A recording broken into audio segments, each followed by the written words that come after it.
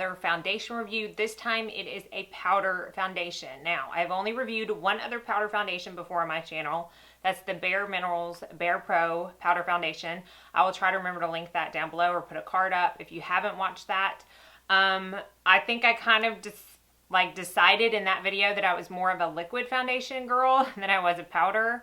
I do have normal skin. If you have not watched my videos before, I don't know, it just wasn't the Bare Minerals one just wasn't my favorite. But this time I am trying out the PUR Minerals 4-in-1 Powder Foundation, or mineral makeup, as they say. This was sent to me, but I can assure you whatever I say in this video is going to be 100% honest. They asked me what color, and I just chose blindly from the 11 shades that are offered in the line, and I chose the color Golden Medium. So that's the color right there, Golden Medium. So this retails for $29.50. Again, it has 11 colors, and it also has an SPF 15. Now, I have not taken any flash pictures with this. I will try to remember to do so and let you know. But it does have 17% titanium dioxide, which that is the sunscreen ingredient that does cause flashback. So I'm interested to see, even though it is an SPF 15, which is on the lower side, since it is such a high percentage, I'm interested to see if it does cause a flashback. It claims it has great coverage. It doesn't say whether it's medium to full. I'm looking at the Ulta site, but it does claim to have great coverage, no mess. It says it could be used as a concealer as well as a foundation. And it also says it has built-in skincare ingredients that will help to smooth and plump your fine lines and wrinkles. I don't know exactly what the skincare ingredients are in this, looking at the ingredient list, except they do have retinol as one of the ingredients. I don't know. I don't know about that. That just, I don't know. Maybe it does. I'm not saying it doesn't. It says it does, so obviously it does.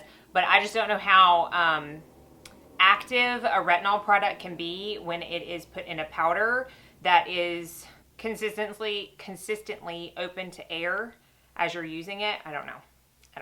But that's what it claims. And I just find it really interesting that they're claiming that it's going to smooth and plump fine lines, yet it's a powder, which can a lot of times emphasize fine lines. So it'll be interesting to see how that works, especially on my fine lines, like my smile lines throughout the day, because y'all know that's what I have the biggest issues with. So I'm going to cut to a demo, and then I'm going to come back later in the day to tell you how it held up. So if you're interested to see how the PUR 4-in-1 Mineral Makeup Powder Foundation works for me and my skin, just stay. I feel like I look like Casper the Friendly Ghost right now, so with some caterpillars for some brows. I was gonna not do my brows, and then when I was just about to turn on the camera, I looked at myself and I'm like, I look like death.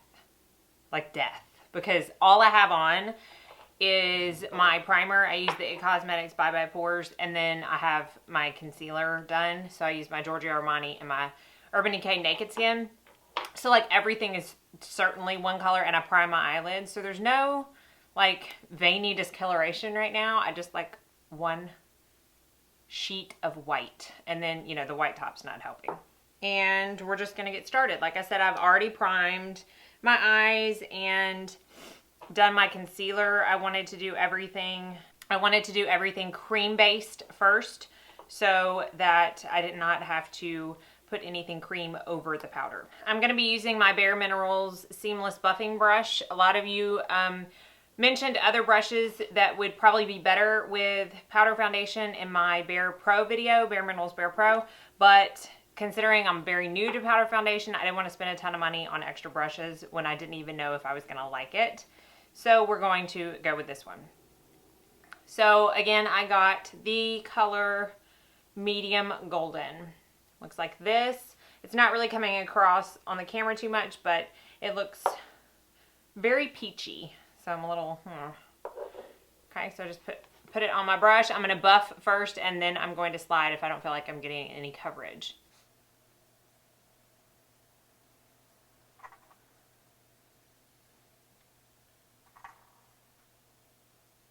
I don't know if you can see, I've got a lot of redness today. I did retin-A last night, and it's hot in here.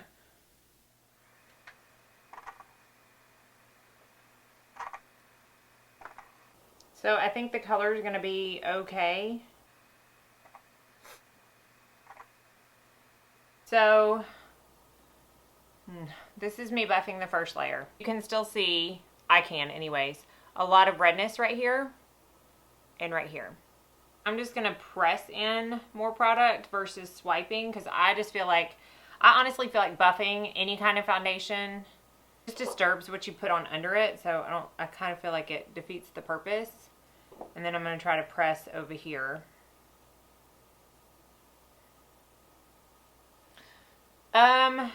I actually think the color might be a little pale on me. I mean, obviously when I put my bronzer and stuff on, it will probably even out. I don't love it. I mean, maybe it's just because it's pale, but it's not fully covering up my redness, and it's very obvious that I have a ton of powder on my face because I felt like I had to keep putting more on to cover up my redness.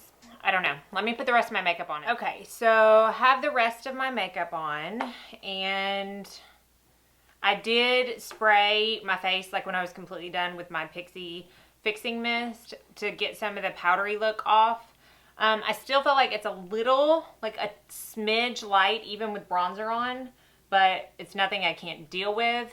I use like a corally blush, but I feel like I can still see a little bit of red, and I can see powder like sitting on my face, which is just not the look that I like. And I even used my Hourglass, I think I used the Radiant Light ambient lighting powder to buff everything after I got done, thinking that maybe like the lightness of that light particles would help kind of diffuse the powderiness.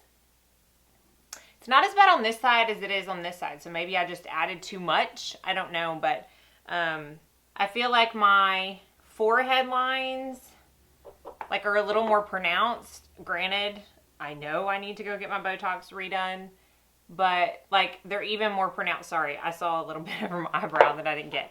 They're even a little more pronounced than they normally are, or like than they were yesterday.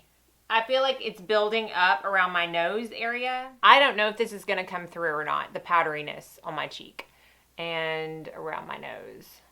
Do you like that? Isn't that attractive? I don't know. But if it does, then that's what I'm talking about. So I don't know. It may be one of those things where in like 30 minutes I love it because my natural oils have started to come through and it's kind of meshing with my skin a little bit.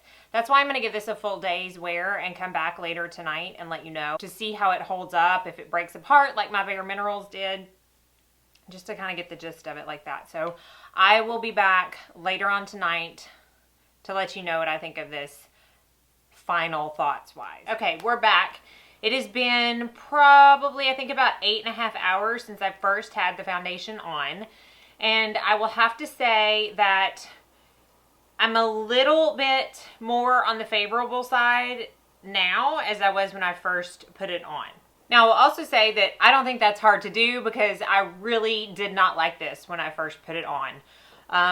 Like I said, it was very powdery. It just wasn't good.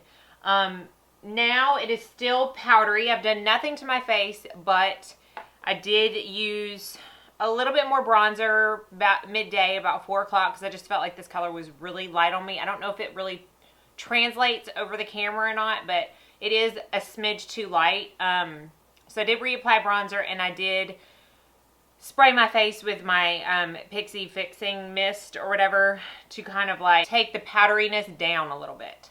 I'm just not a fan. I'm not a fan. I like it a little bit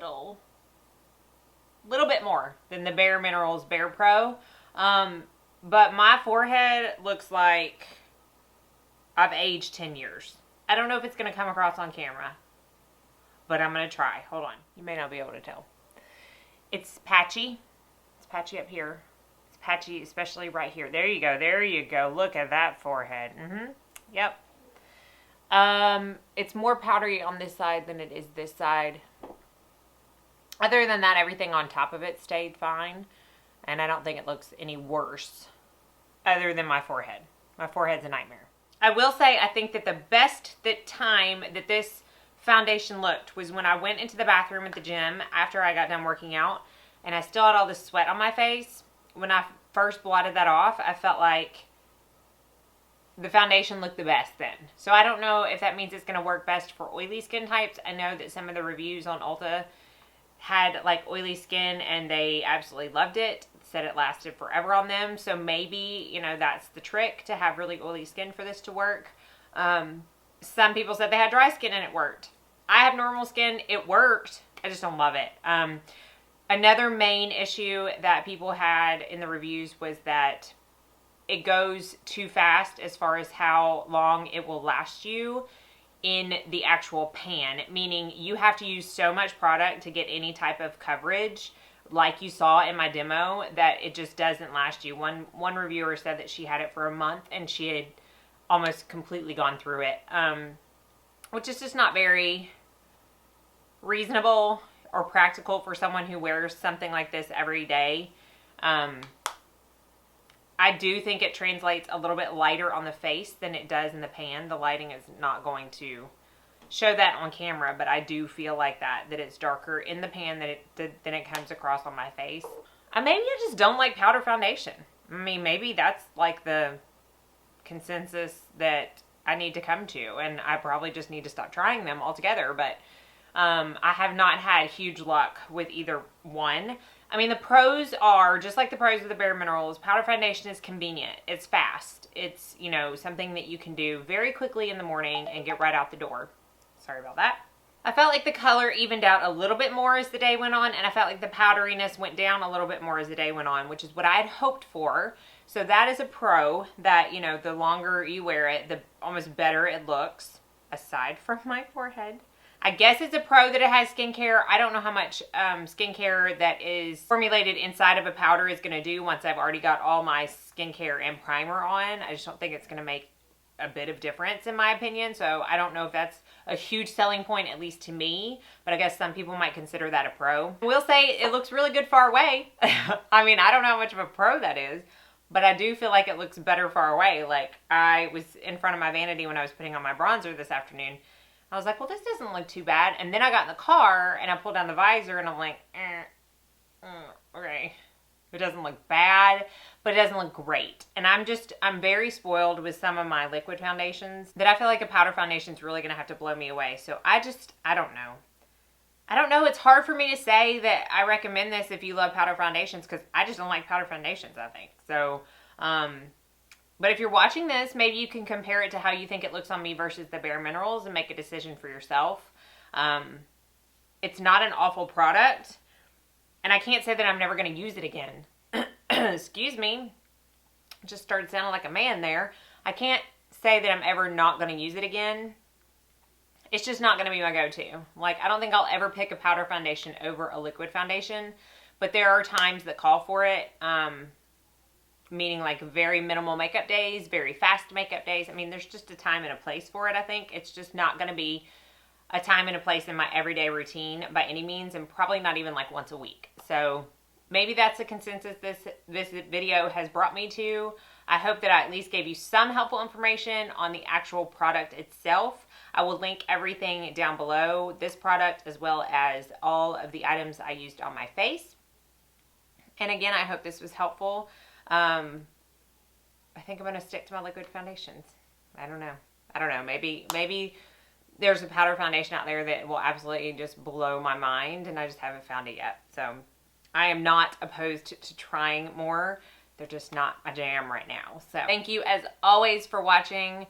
Y'all are so awesome, and I hope you have a very blessed day. Be sure and subscribe before you leave so that you don't miss out on any other future reviews or get ready with me's. My birthday is on Saturday, so I think I'm going to do a birthday get ready with me, because I know Chad's going to take me out, so maybe I'll put that up next week. So be sure and subscribe so you don't miss out. All right, bye guys.